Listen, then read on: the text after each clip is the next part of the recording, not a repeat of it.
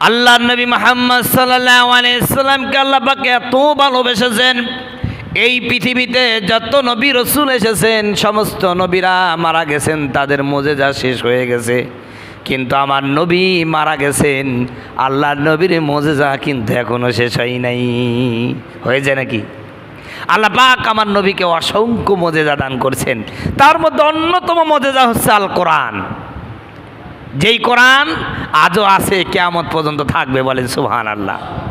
এই পৃথিবীতে কোরআনের বিরুদ্ধে যত ষড়যন্ত্র হয়েছে, পৃথিবীতে অন্য কোনো গ্রন্থের বিরুদ্ধে হয় নাই। সব সময় কোরআনের বিরুদ্ধে অপপ্রচার চলছে, তারপরও কোরআন কি নিভে যাচ্ছে না? কোরআনের অগ্রযাত্রা আরও বাড়ছে। কোরআনের বিষয়টা এমন, এর যত বাধা দিবেন তত দ্রুত প্রচার বাড়বে, বলেন সুবহানাল্লাহ। সম্মানিত বন্ধুগণ, আমার ভাইয়েরা আমার, আল্লাহ রাব্বুল আলামিন আল্লাহর হাবিবকে কি মর্যাদা দিয়েছেন শোনেন। এই পৃথিবীতে হযরত আদম থেকে নিয়ে ঈসা রুহুল্লাহ পর্যন্ত যত নবী রাসূল এসেছেন, সমস্ত নবীদের কাছে কোনোবার জিবরাইল কোনো নবীর কাছে এসেছেন 10 বার, কোনো নবীর কাছে এসেছে 3 বার, কারোর কাছে 40 বার, কারোর কাছে 100 বার। সমস্ত নবীদের কাছে হযরতে জিবরিল আমিন যতবার এসেছে, সবগুলোকে একত্রিত করলে গড়ে এক এক নবীর কাছে জিবরিল এসেছেন মাত্র 3 বার। কতবার? হযরতে জিবরিল ফেরেশতা অন্যান্য নবীদের কাছে গড়ে কয়বার আসছে বলেন তো? মাত্র 3 বার। আর আমার নবী মুহাম্মদ সাল্লাল্লাহু আলাইহি সাল্লামের কাছে হযরতে জিবরিল 1 বার নাই, 2 বার নাই, 40,000 বার আমার নবীর কাছে এসেছেন। এবার চিন্তা করেন আমার নবীর মর্যাদা কত বড়। হযরতে জিবরিলকে তো যার কাছে তার কাছে পাঠান নাই, আমার নবীকে কি পরিমাণ আমার আল্লাহ ভালোবেসেছেন, যার কারণে জিবরিলকে 1 বার 2 বার না 40,000 বার জিবরিলকে বলেছেন আমার নবীর কাছে যাও। আমার নবী একটু মন খারাপ করছে, সাথে সাথে জিবরিলকে পাঠাই দিয়া নবীর মন ভালো করে দিয়েছে, বলেন সুবহানাল্লাহ। ওই যে আপনাদের মনে আছে মনে হয়, আল্লাহ রাব্বুল আলামিনের হাবিবের কাছে মক্কার কাফিররা 3টা প্রশ্ন করেছিল। কয়টা? 3টা প্রশ্ন। এই 3টা প্রশ্ন বাবা তাদের নিজস্ব না, তারা মদিনা থেকে ভাড়া করে নিয়েছিল বুদ্ধি। মদিনায় বড় বড় আলেমদের বসবাস ছিল, সেখানে গিয়ে তারা বলল আমাদের মক্কার জমিনে মোহাম্মদ নামে একজন যুবকের আবির্ভাব ঘটছে, যে আমাদের বাপদাদার ধর্মের বিরোধিতা করতেছে এবং নতুন একটি ধর্মের প্রচারণা চালাচ্ছে। আমরা হাজারো প্রশ্ন করে তাকে ঠেকাতে পারি নাই, আপনারা তো বড় বুদ্ধিজীবী মানুষ, কিছু বুদ্ধি ধার দেন, আমরা যেন মোহাম্মদকে ঠেকাতে পারি। কথা বুঝতে পারছে? তো মদিনার বুদ্ধিজীবীরা পরামর্শ দিল যে আমরা এমন একটা পরামর্শ তোমাদেরকে দিতে চাই, হক আর বাতিলের মধ্যে পার্থক্য সূচিত হয়ে যাবে। আর আমরা যেই বুদ্ধিটা তোমাদের দেব, এই বুদ্ধিরও যথাযথ উত্তর যদি মোহাম্মদ দিতে পারে, তাহলে নির্দ্বিধায় তাকে মোহাম্মদ নবী হিসাবে মেনে নাও, বলেন সুবহানাল্লাহ। তে বলল কি বুদ্ধি? ওরা বলল ওরে প্রশ্ন করো রুহু কি, ওরে প্রশ্ন করো আসহাবে কাহাবকে, আসহাবে কাহাবের পরিচয় জানতে চাও, আর বাদশা জিলকারনাইন কে, কি তার পরিচয় এটা জানতে চাও। এই 3টা প্রশ্ন পৃথিবীর কোনো মানুষ দিতে পারবে না একমাত্র নবীরা ছাড়া, সুবহানাল্লাহ বলেন। ওরা তো খুশিতে বাঘ এবার মোহাম্মদকে ঠেকাই ফেলবে, কারণ মোহাম্মদ সাল্লাল্লাহু আলাইহি সাল্লাম কোনো কলেজ ভার্সিটি পড়েন নাই, কোনো শিক্ষকের কাছেও যান নাই, এই সমস্ত ইতিহাস সম্পর্কে তিনি জানবেন কিভাবে? কথা বুঝতে পারছেন? এই যে একটা অবস্থা, ওরা বড় খুশিতে মক্কার জমিনে আসলো। আবু জাহেলকে ডাক দেয়া বলল পাইছি, এবার মোহাম্মদকে ঠেকানোর অস্ত্র পেয়ে গেছি। কি অস্ত্র? কয় মোহাম্মদকে প্রশ্ন করো রুহুকে জিনিস, আসহাবে কাহাব কারা, আর বাদশা জুলকারনাইন কে, এগুলো জিজ্ঞাসা করো। আল্লাহ নবী মুহাম্মদ সাল্লাল্লাহু আলাইহি সাল্লামকে ডাকা হলো কাবার প্রাঙ্গণে, হাজার হাজার উৎসুক জনতা। বিশ্বনবী মুহাম্মদ সাল্লাল্লাহু আলাইহি সাল্লামকে ডেকেই বলল, মুহাম্মদ তোমার কাছে আমরা 3টা প্রশ্ন করতে চাই, তুমি যদি উত্তর দাও তাহলে আমরা তোমাকে নবী হিসাবে মেনে নেব। কয় কি প্রশ্ন? কয় রুহু কি, আসহাবে কাহাব কারা, বাদশা জিলকারনাইনের পরিচয় দাও। বিশ্বনবী মুহাম্মদ সাল্লাল্লাহু আলাইহি সাল্লাম তো আল্লাহর ওহী ছাড়া কোনো কথা বলেন না। তিনি বললেন আগামীকাল 10টার সময় আমি উত্তর দেব, কিন্তু দুর্ভাগ্যক্রমে আমার নবী ইনশাল্লাহ বলতে ভুলে গেলেন। আর ইনশাল্লাহ বলতে যে আল্লাহ নবী ভুলে গেছেন এটাও আল্লাহ তাআলার ইচ্ছা, কারণ ইনশাল্লাহ সম্পর্কে একটা আয়াত তো নাজিল করবে আল্লাহ, ঠিক কি না? ইনশাল্লাহ বলতে ভুলে গেলেন। পরের দিন মক্কার হাজার হাজার জনতা উপস্থিত হয়ে গেছে, মোহাম্মদ আজকে আজীব প্রশ্নের উত্তর দেবে। 10টার সময় সকাল, হাজারো মানুষ উপস্থিত, বিশ্বনবী অপেক্ষায় আছেন কখন জিবরিল আসেন, কিন্তু জিবরিল আসে না। দেখতে দেখতে জহুর গড়িয়ে সন্ধ্যা হয়ে গেল, কোনোই উত্তর দিতে পারল না। মক্কার মানুষেরা বিজয়। একে তো আমার নবীকে দেখতে পারে না, এরপরে নবী উত্তর দিতে পারে না। এবার মক্কার মানুষেরা তো বিজয় উল্লাস শুরু করে দিল। নবীজি আমার খুবই মনক্ষুণ্ণ হয়ে গেলেন। বিশ্বনবী কাবা প্রাঙ্গণে কাঁদে। একদিন নাই, 2 দিন নাই, কিতাবের মধ্যে আসছে 25 দিন পর্যন্ত কোনো নবুয়তের জিবরিলের আসার কোনো আলামতই নাই। কোনো কোনো বর্ণনায় এসে 40 দিন পর্যন্ত হযরতে জিবরিল আসেন নাই। এদিকে মক্কার মানুষেরা আরও ক্ষিপ্র হয়ে গেল। মুহাম্মদকে ভণ্ড বলল, পাগল বলল, গণক বলল, কত কিছু বলল, মিথ্যুক বলে নবীজিকে গালি দিল। অত সেই লোকগুলোই আমার নবীকে আলামিন বলেছিল, সেই লোকগুলো আমার নবীকে মিথ্যুক বলল। নবীজি খালি চোখের পানি ফেলে আর আকাশের দিকে বারবার তাকান, কখন হযরতে জিবরিল আসবেন। সম্মানিত বন্ধুগণ আমার, ভাইয়ারা আমার, ইতিহাস প্রমাণ করেন সূরা কাহাব এবং সূরা দুহার তাফসীরটা আপনারা খুলে দেখবেন, ওখানে লেখা আছে 40 দিন পর অথবা 25 দিন পর হযরতে জিবরিল আমিন হাজির হয়ে গেছে। বলেন সুবহানাল্লাহ।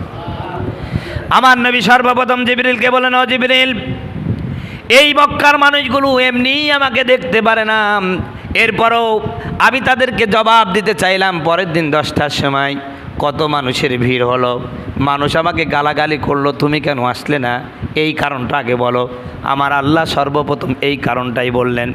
আল্লাহ রাব্বুল আলামিন বললেন, ওয়ালা তাকুলু লিশাইইন ইল্লা আইয়াশা আল্লাহ। হে নবী, আপনি যদি কোনোদিন কোনো ভবিষ্যতের কাজ করতে চান তাহলে আপনি অবশ্যই ইনশাআল্লাহ বলেন। আপনি ইনশাআল্লাহ বলেন নাই, এই কারণে আমি আল্লাহ রাব্বুল আলামিন ওহী নাজিল করি নাই, কারণ আপনি যা বলবেন আমি আল্লাহ বললেই তো বলতে পারবেন, ঠিক কিনা? এই জন্য মুসলমান ভবিষ্যতে কোনো কাজ করার আগেই কি বলবেন বলেন তো? ইনশাআল্লাহ বলবেন। কি বলবেন? আমাদের আওয়ামী লীগ ভাইয়ের কর্মীরা যারা আছেন, আওয়ামী লীগের কর্মীরা, অন্য কোনো যাই হোক ইনশাআল্লাহকে তো খুব বলে, এটা কিন্তু ভালো দিক। কথা বুঝতে পারছেন? তো এই ইনশাআল্লাহ এটা আওয়ামী লীগের স্লোগান না সমস্ত মুসলমানের স্লোগান? রাগ করছেন নাকি আবার? বাস্তব কথা। কিন্তু আওয়ামী লীগের অনেক মানুষ আছে কথায় কথায় ইনশাআল্লাহটা বলে, কিন্তু ইনশাআল্লাহ আওয়ামী লীগের স্লোগান না, এটা কিন্তু বাংলার সমস্ত মুসলমানের স্লোগান, ঠিক না? ইনশাআল্লাহ ভবিষ্যতে কোনো কিছু করতে গেলে কি বলবেন? ইনশাআল্লাহ। আপনারা বড় যে কাজ করতে যান না, কথা কন না, কে বড় যে কাজ করতে যান না, আপনাদের আগের দিনে বলে, ভাই আপনি আমার কাজে যাবেন, আপনি বললেন হ্যাঁ যাবো নি, কেন হ্যাঁ যাবো নি কেন? বলেন ইনশাআল্লাহ যাব। কি বলবেন বলেন তো? রাগ করছেন মনে হয় কথায়।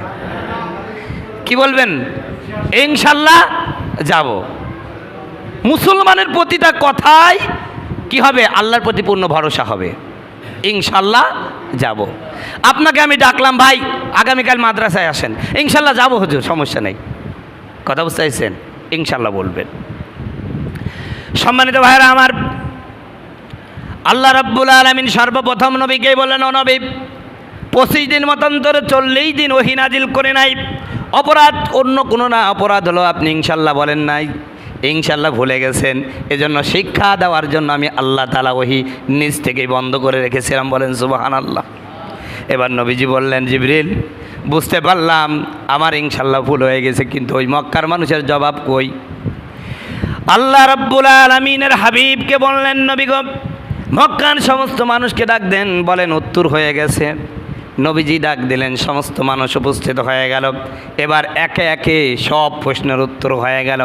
সূরা বনী ইসরাঈলে সর্বপ্রথম ওরা প্রশ্ন করেছিল, রূহ কি, কী কারণে মানুষ মরে যায়, কী কারণে মানুষ বেঁচে থাকে। এই প্রশ্নের জবাব দেওয়ার জন্য আল্লাহ পাক সর্বপ্রথম রূহের প্রশ্নের জবাব দিলেন। আল্লাহ বললেন নবীকে, ও নবী আপনি বলেন, রূহ অন্য কোনো কিছুই নাই। ইয়াসআলুনাকা আনির রূহ, ওরা জিজ্ঞাসা করে রূহ কি, আপনি বলেন কুলিল আমরি মির রব্বিকুম, রূহ অন্য কোনো কিছুই না, রূহ আল্লাহ তাআলার হুকুম। আমার আপনার মধ্যে যতদিন আল্লাহ পাক হুকুম রাখেন বেঁচে থাকি, যখন আমার আপনার দিকে আল্লাহ পাক হুকুম উঠায় নেবেন, তখনই আমার নাম ছিল আব্দুল গাফফার, আব্দুল জাব্বার হয়ে যাবে মরালাস। কথা বুঝতে পারছেন? তাহলে রূহ অন্য কোনো কিছু নাকি? রূহ কার হুকুম? জোরে বলেন। রূহ হল আল্লাহর হুকুম। এরপরে প্রশ্ন করল আসহাবে কাহফ কি। আমার বন্ধুগণ, আমার ভাইয়ারা, সূরা কাহফ নাজিল করে বাদশাহ যুলকারনাইন এবং আসহাবে কাহফের ঘটনা বর্ণনা করে দেওয়া হলো। আসহাবে কাহফের ঘটনা অন্যদিন বলবো, অনেক লম্বা ঘটনা। ওই আসহাবে কাহফরা, ওদের যে মূল মিশনটা ছিল, তারা হলো তাওহীদবাদী ছিলেন। ওই যুগের মানুষেরা, ওই যুগের যে বাদশাহ ছিলেন, ওই বাদশাহ নিজেকে খোদা দাবি করেছিলেন এক বর্ণনা মতে। আর এক বর্ণনা মতে ওই বাদশাহ ছিলেন মূর্তি পূজক, অগ্নি পূজক, আগুনের উপাস্য করত। আমার বন্ধুগণ, আমার ভাইয়েরা, উনি নিজেই অগ্নি পূজক ছিল এবং জনসাধারণকে বলল, তোমরাই আগুনের পূজা করো। ওর মধ্যে থেকে এক এক করে 7 জন যুবক বলল, কেন আমরা আগুনের পূজা করতে যাব? এগুলো আমরা করতে পারি না। আমরা এমন এক সত্তাকে বিশ্বাস করব, যেই সত্তা আগুনেরও মালিক। জোরে বলেন সুবহানাল্লাহ। এই 7 জন যুবক বাদশার কথা মানল না। আমার বন্ধুগণ, আমার ভাইয়েরা, এ কথা যখন বাদশার কাছে পৌঁছায় গেল, ওদের বিরুদ্ধে মৃত্যুদণ্ড জারি করে দিল। ওরা প্রাণ ভয়ে পালাতে শুরু করলো এবং এদের সাথে একজন কুকুরও পলায়ন করলো। কুকুরটাকে অনেকবার তাড়ানোর চেষ্টা করেছে, যায় নাই। এক পর্যায়ে ওদের সঙ্গে করে নিয়ে চলে গেল। একবার বন্ধুগণ, আমার ভাইয়েরা, 7 জন যুবক একত্রিত হয়ে গেল, রওনা হয়ে গেল একটা অচেনা জায়গায়। কোথায় যাবে জানে না, রওনা হয়ে গেল। পিছন দিক থেকে ওই বাদশার লোকজন তাড়া করলো। এক পর্যায়ে ওরা দৌড়াতে দৌড়াতে একটা গুহায় আশ্রয় নিল। ওখানেই তাদের মৃত্যু হয়ে গেল। এই পূর্ণ ঘটনা আল্লাহ রাব্বুল আলামিন বলে দিলেন। সম্মানিত ভাইয়েরা আমার, ওই গুহার মধ্যে যখন ওরা অবস্থান করছিল, আমার আল্লাহ পাক তাদেরকে ঘুমন্ত অবস্থায় 300-এরও উপরে বেশি বয়স বাঁচিয়ে রেখেছিলেন। কয়শো বছর? 300 বছর ঘুম পাড়ায় রাখছিলেন। একটা বিশাল ঘটনা, আপনারা নিজেরাও পড়বেন, সূরা কাহফের তাফসীরটা পড়বেন, দেখবেন যে অনেক কিছু জানতে পারবেন এবং খুব মজার ঘটনা। আপনারা উপন্যাস পড়েন না, বিভিন্ন উপন্যাসের চেয়ে বেশি সুন্দর লাগবে যদি আসহাবে কাহফের এই ঘটনাটা আপনারা ভালো করে পড়েন তাফসীরে, দেখবেন ওর চেয়েই ভালো লাগবে। আবার আরেকটা এই ব্যাপারে একটা বইও আছে, 7 যুবকের ঘটনা। কি বললাম ভাই? 7 যুবকের ঘটনা। আপনার গুগলে সার্চ দিবেন, দিয়ে লিখবেন যে 7 যুবকের ঘটনা, দেখবেন আসহাবে কাহফের ঘটনা A to Z সব চলে আসবে। তো যাই হোক, ইনশাল্লাহ সময় হলে একদিন আপনাদের শোনাবো। এরপরে বাদশাহ যুলকারনাইন, আল্লাহ পাক এই পৃথিবীতে 3 জন মানুষকে সবচেয়ে বেশি ক্ষমতা দিয়েছিলেন। তার মধ্যে একজন ছিল বাদশাহ যুলকারনাইন। পূর্ব পশ্চিম সমস্ত ক্ষমতা তার মধ্যে ছিল এবং তিনি সেকেন্ডের মধ্যে পূর্ব এবং পশ্চিম সফর করতে পারতেন। বলেন সুবহানাল্লাহ। তো এই ঘটনা সমস্ত খুলে বললেন। তখন ওরা তো ঈমান আনলো না। কি বললো জানেন? নবীকে আর একটা উপাধি দিল। বলল, আরে মোহাম্মদকে তো আমরা তো মনে করছিলাম পাগলই, তো পাগল না, তো দেখছি মস্ত বড় জাদুঘর। কি বলল? মস্ত বড় জাদুঘর।